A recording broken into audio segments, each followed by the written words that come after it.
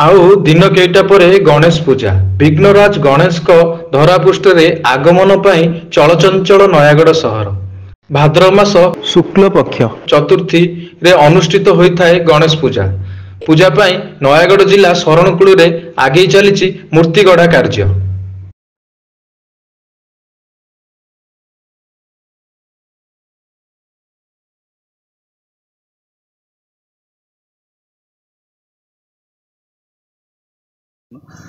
मो ना हूँ स्मृतिरंजन पाल गाँ शिखरपुर जिला नयागढ़ ब्लॉक ओडगाँ मु आसिकी हरिहरपुर ग्राम रे मूर्ति काम करुँची।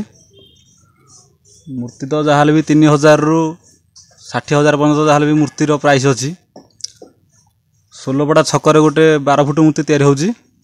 ओडगाँ पाइक सारे गोटे 15 फुटर मूर्ति तैयारी चलती। पाणीपाग तो देखुंत केमी होची पाणीपाग पूरा वर्षा टे खरा टे पाणीपाग जो मूर्ति गठन पूरा मांदा रोचे मूर्ति ठीक रे सुखी पारुनी मूर्ति ठीक रे सुखी पारुनी और मूर्ति न सुखा हेतु बहुत कष्ट करा पड़ुची। माटी तो निजे जाकि खोली आना पड़ुची। बाउंस बाउंस जाकि जंगल आना पड़ुची। बाउंस बाउंसर रेट अधिक सुतुली रेट अधिक नड़ा भी रेट 2 टଙ୍କା था आगुरी 4 टଙ୍କା होची। तो टिके नड़ा फड़ा रेट टे कम दी आम उपकृत हूँ। गोविंद माइती 50 पीस चली 4-5 जन कारीगर रोचे है सब मूर्ति प्रति कलिकता आसिक तैयारी चली। मुझे 30 वर्ष पर आसवाटा आमर है सब दुर्गा मूर्ति गणेश मूर्ति लक्ष्मी काली सब तैयारी चली।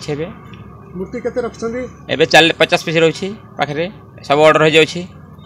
सब पूजा भीतर सब हाँ मु कंप्लीट हो जिवो सब पूजा भीतर कंप्लीट हो जिवो सब चलिबो। केते हो रखछन्ती 4-5 जन रही काम करिया कोन आपण रहिबे ना पळेबे हम काली पूजा पर पळेबो सने कार्तिकेश्वर करिक पळेबो सब आ के रही आ वर्ष पर आसीबो कोन। मूर्ति कारीगर मूर्ति गढ़ा काम सरिबा परे विभिन्न ग्रामगुड़िक चलचंचल होई उठे।